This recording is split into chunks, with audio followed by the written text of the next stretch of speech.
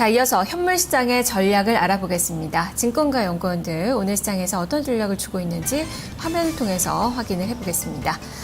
자, 현대증권 배성영 연구원입니다. 지수의 상승 속도는 제한적이다라는 판단입니다. 종목별 대응이 중요하다라는 의견을 주고 있습니다.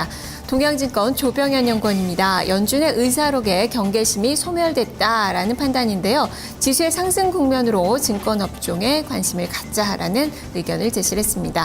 한양증권 임동락 연구원입니다. FMC 의사록 내용이 위험자산 선호에 우호적이었다라는 판단입니다. 추가적인 상승을 이로 인해 바라보자라는 의견을 제시를 했습니다. 대신증권 김영일 연구원입니다. 외국인의 매수세가 지속되고 있다면서 대형주 중심으로 관심을 갖자라는 의견을 제시를 하고 있습니다. 전체적으로는 이 미국의 훈풍에 우리 증시 상승세가 나타나고 있다. 대형주 쪽에서의 전략도 계속적으로 이어지고 있는 그 상황인데요. 자, 이 중에서 현대증권 배성영 연구원 만나보겠습니다. 연구원이 안녕하세요. 예, 안녕하세요. 네, 한 줄 전략 보니까 지수의 상승 속도는 제한적이다라는 의견을 주셨는데 상승 속도는 좀 제한적이지만 그래도 방향 위쪽을 바라보고 계시는 거죠. 시장에 대한 전망을 해주시죠. 예, 그렇습니다. 일단 우리 시장은 지금 일봉으로 정배선에 들어섰기 때문에 일단 안정적인 상승 흐름이 계속적으로 좀 유지될 것으로 보고 있고요.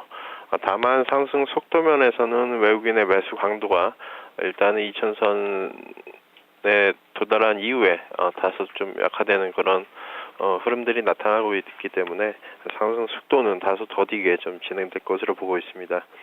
최근 외국인 매수 이유는 크게 네 가지 정도로 볼 수가 있겠는데요. 역시 가장 첫 번째 요인은 6월 20일 부양 기대가 계속적으로 유효한 가운데 최근 이머징 마켓을 중심으로 해서 특히 이머징 아시아 시장이 상당히 초강세의 흐름을 보이고 있습니다.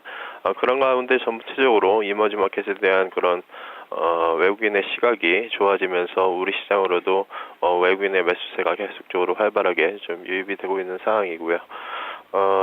역시 삼성그룹 지배구조 관련 이슈와 어닝 시즌이 마무리되면서 전체적으로 종목들이 좀 상당 부분 주가의 안정성을 좀 확보하면서 전체적으로 시장이 우상향의 흐름들을 보이고 있는 상황입니다. 네, 외국인 투자가들의 그렇다면 매수세가 계속적으로 좀 들어올 수 있다고 보시는 건지, 그리고 시장도 2000선의 안착을 그렇다면 정말 또 기대를 해볼 수 있는 건지도 좀 덧붙여 주세요. 예, 일단 키포인트는 자동차 업종 쪽으로 보고 있는데요. 자동차 업종이 전체적으로 1분기 실적을 고려했을 때에는 기타 업종 대표주에 비해서 실적이 나쁘지도 않고 특히 좋지도 않은 그런 중간 정도의 업종 정도로 보시면 될 것 같습니다. 대표적으로 현대차의 주가 흐름을 살펴보면 1분기 실적 결과가 시장 예상치 정도로 나왔지만 다소 실적 발표 이후에 주가 흐름은 다소 좋지 못한 상황인데요.